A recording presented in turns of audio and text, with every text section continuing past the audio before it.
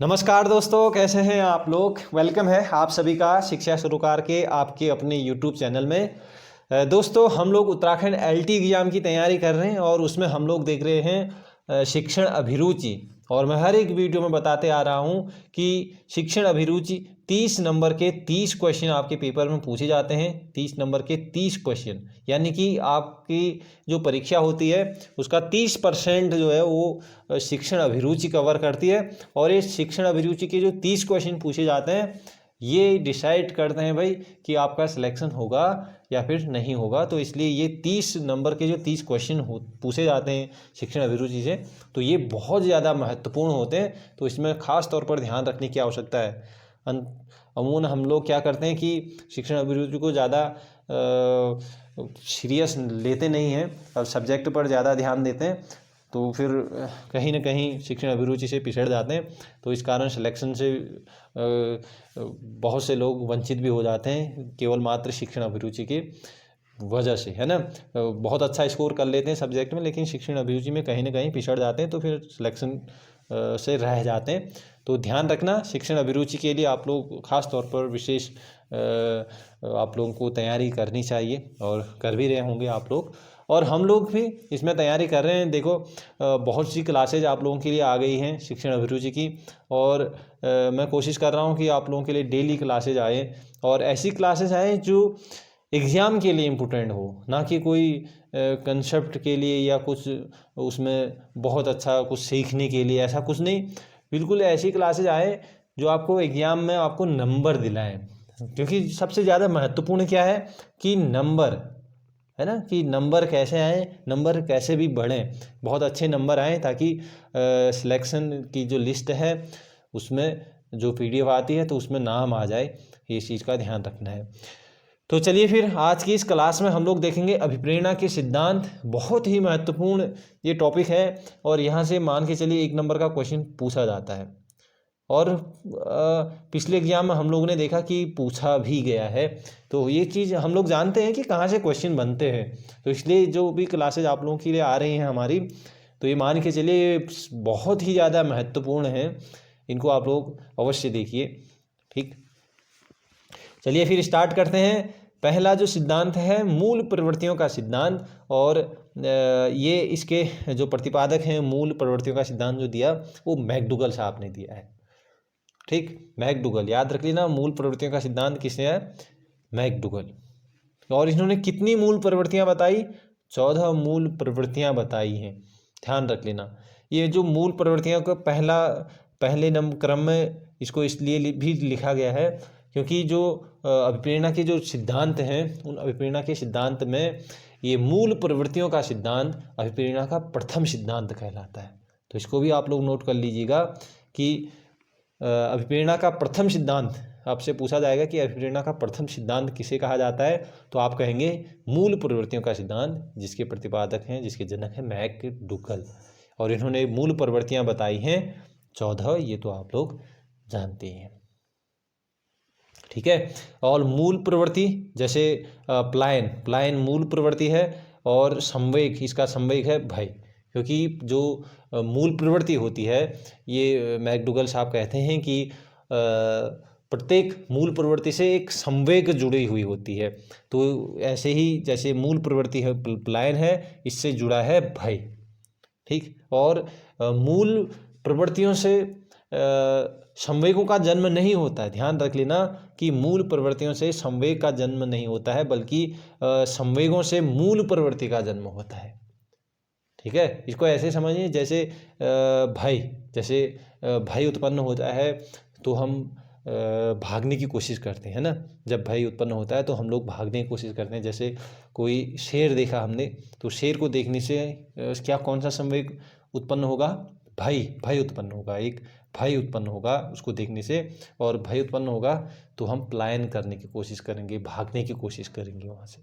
ठीक है, तो यानी कि संवेग से मूल प्रवृत्ति का जन्म होता है, ध्यान रख लेना। ये क्वेश्चन बनता है, ध्यान रख लेना कि संवेगों से, इसको उदाहरण से भी समझ गए होंगे आप लोग। तो आगे बढ़ते हैं। ऐसे ही कुछ 14 पूरी मैंने लिखी नहीं है इसकी, क्योंकि इम्पोर्टेंट जितनी हैं वही चीज़ें लिखी गई हैं। ये इतने जो संवेग हैं ये बहुत ज़्यादा इम्पोर्टेंट हैं। यहाँ से क्वेश्चन बन सकते हैं कि मूल प्रवृत्ति निवृत्ति का मूल प्रवृत्ति घृण क्या, कौन सा संवेग उत्पन्न होगा, ठीक, या घृणा संवेग से कौन सी मूल प्रवृत्ति का जन्म होता है। कैसे भी क्वेश्चन बन सकते हैं, ध्यान रख लेना। निवृत्ति घृणा, नी नहीं, नी घृणा, ऐसे रिलेट कर लेना। जिज्ञासा होती है तो एक आश्चर्य उत्पन्न होती है, किसी चीज़ को जानने की इच्छा होती है तो एक आश्चर्य रहता है कि क्या जो होगी चीज़, है ना। तो ऐसे इसको रिलेट कर लेना। ह्रास उत्पन्न आमोद, ह्रास, ठीक। युयुषा युद्ध की इच्छा कब होती है, जब क्रोध उत्पन्न होता है। क्रोध संवेग युयुषा युद्ध की इच्छा को उत्पन्न करता है, तो ऐसे रिलेट कर लेना। तो ये सबसे ज़्यादा महत्वपूर्ण, ये 5 जो मूल प्रवृत्तियाँ थी उससे संबंधित संवेग थे, ये इम्पोर्टेंट थे, इनको ध्यान रख लेना, ठीक है। तो और क्या कहा हमने कि मूल प्रवृत्तियों का जो सिद्धांत है अभिप्रेरणा का, ये प्रथम सिद्धांत कहलाता है, ठीक है। और मूल प्रवृत्तियाँ कितनी बताई, 14 बताई। यहीं पर फ्रायड ने 2 मूल प्रवृत्तियाँ बताई थी, इनको भी ध्यान रख लेना कि फ्रायड ने 2 मूल प्रवृत्तियाँ बताई थी, ठीक। और वो अभिप्रेरणा चक्र तो आप जानते होंगे, अभिप्रेरणा चक्र, है ना। पहले आवश्यकता होती है, फिर अंतर्नोद, प्रनोद, ड्राइव जिसको बोलते हैं, ये हो गया। उसके बाद उत्तेजना उत्पन्न होगी तो फिर जो लक्ष्य उद्देश्य या कह सकते हो निर्देशित जो व्यवहार है वो देखने को मिलेगा। लक्ष्य उद्देश्य, ये लक्ष्य निर्देशित व्यवहार होगा और उसके बाद लक्ष्य की प्राप्ति हो जाएगी, क्योंकि जब व्यवहार करेंगे, जैसे अभी हम लोग तैयारी करेंगे अच्छे से, तो फिर LT एग्जाम क्लियर हो जाएगा, यानी कि लक्ष्य क्लियर हो जाएगा। फिर लक्ष्य क्लियर हो गया तो उत्तेजना जिसके लिए आई थी हमें, तो वो उत्तेजना में कमी आ जाएगी। अब ऐसी उत्तेजना तो रहेगी नहीं फिर कि हम LT के एग्जाम की तैयारी, अब निकल गया, लक्ष्य हासिल हो गया, तो फिर वो उत्तेजना जो जिसके लिए आवश्यकता हुई थी और उत्तेजना थी, वो उत्तेजना में कमी आ जाएगी फिर,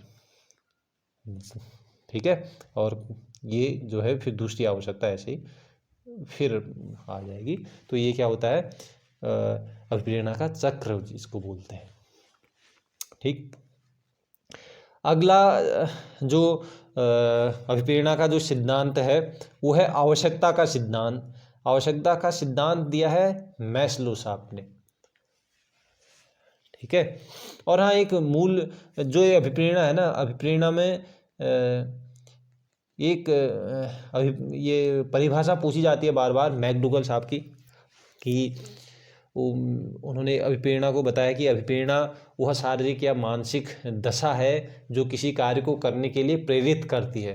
तो ये इस परिभाषा को भी ध्यान रख लेना। ये परिभाषा आप लोगों में से कहीं को रटी भी होगी, क्योंकि जब प्रशिक्षण कर रहे होते हैं, जब B.Ed कर रहे होते हैं, तो ये अभिप्रेरणा जब टॉपिक आता है तो अभिप्रेरणा को हम इनकी परिभाषा से ही जानते हैं, ठीक है। तो अभिप्रेरणा वे शारीरिक या मानसिक दशाएं हैं जो किसी कार्य को करने के लिए प्रेरित करती हैं, तो ये मैकडूगल कहते हैं। ये किसने कहा है, ऐसे परिभाषाएं पूछी जाती हैं, आपने देखा होगा पिछले एग्जाम अगर देखे, ये पेपर देखे होंगे तो पिछले पेपर भी सॉल्व किए हैं हमने भी, ठीक है। तो ध्यान रख लेना।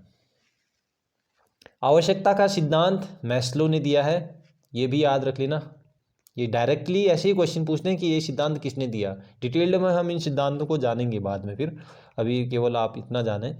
मनोविश्लेषणवाद का सिद्धांत किसने दिया, सिगमंड फ्रायड ने।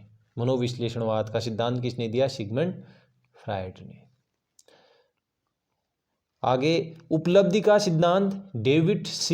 मैकलियन, याद रख लेना इसको, बहुत ज़्यादा इम्पोर्टेंट है। उपलब्धि का सिद्धांत मैकलियन, मैं लूँगा, उपलब्धि कौन लेगा, मैं लूँगा ऐसे, मैकलियन, मैं करके, ठीक है। उपलब्धि का सिद्धांत, उपलब्धि दे मैं को मैकलियन, ऐसे रिलेट कर लेना कैसे। उद्दीपन अनुक्रिया सिद्धांत, ये तो भाई SR थ्योरी है, ये थॉर्नडाइक, ये तो आपको मालूम ही है।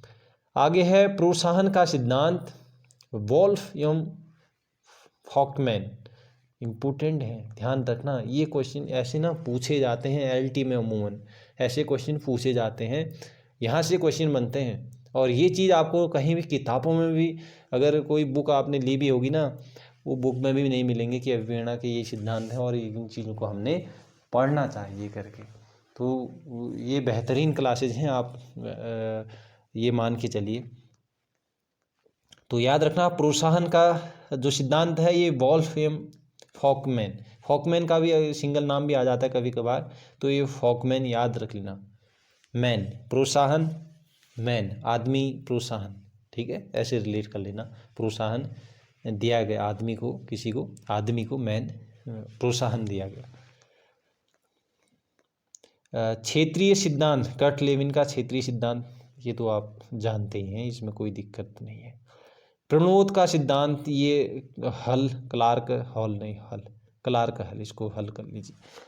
प्रणोद का सिद्धांत बहुत ज़्यादा इम्पोर्टेंट है, ठीक है, यहाँ से क्वेश्चन बना भी था पिछली बार, आपने देखा होगा। स्वास्थ्य का सिद्धांत, स्वास्थ्य का सिद्धांत हर्जवर्ग, स्वास्थ्य का सिद्धांत, स्वास्थ्य हर्ज हो गया, हर्ज मतलब अनुपस्थिति, है ना, ऐसे स्वास्थ्य हर्ज हो गया, ऐसे रिलेट कर लेना, स्वास्थ्य हर्ज हो गया। शारीरिक गति या इसी को शारीरिक परिवर्तन का सिद्धांत भी कहते हैं, तो ये विलियम जेम्स जो है, शारीरिक गति या शारीरिक परिवर्तन का सिद्धांत, विलियम जेम्स इसके इस सिद्धांत के प्रतिपादक हैं।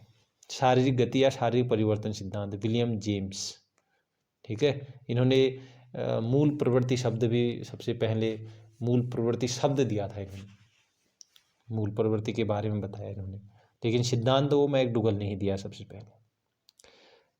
आगे है सक्रियता का सिद्धांत, बहुत ज़्यादा इम्पोर्टेंट। सक्रियता का सिद्धांत सोलेसबरी मेलगोन, याद रख लेना, सक्रियता का सिद्धांत सोलेसबरी मेलगोन।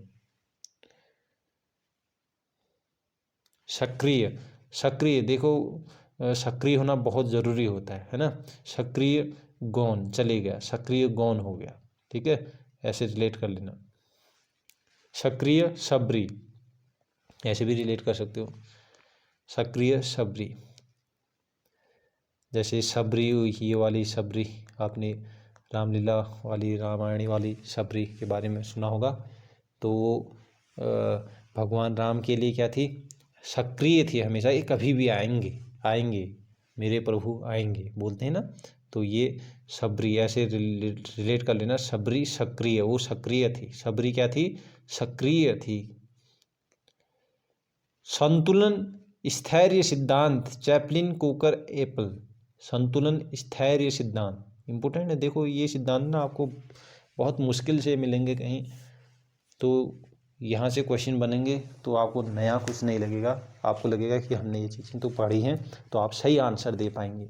संतुलन स्थैर्य सिद्धांत, चैपलिन कोकर एप्पल। संतुलन, संतुलन जब देखो, इसको रिलेट कर सकते हो आप कि जब एप्पल का फ़ोन होता है, ये वाला एप्पल है ना, एप्पल का फ़ोन होता है, तब हम सोचते हैं कि ये संतुलन में है। ऐसे रिलेट कर सकते, कैसे भी रिलेट कर लेना इसको, ताकि आप लोग आंसर सही दे पाएँ वहाँ। प्रत्याशा सिद्धांत, प्रत्याशा सिद्धांत विक्टर ब्रूम, बहुत ज़्यादा इम्पोर्टेंट है। प्रत्याशा सिद्धांत विक्टर ब्रूम। प्रत्याशा, जब किसी चीज़ की आशा होती है तो विक्टर यानी कि विक्ट्री, इसको ऐसे रिलेट कर लेना, तो जीत मिलती है ना, विक्ट्री ऐसे रिलेट। प्रत्याशा, आशा हो तो तभी तो जीत है, रिलेट करना ऐसे, ठीक। तो ये हो गए भाई अभिप्रेरणा के जो सिद्धांत थे। तो आज की क्लास में इतना ही रखते हैं, कुछ इम्पोर्टेंट क्लासेज ऐसे ही आप लोगों के लिए आती रहेंगी।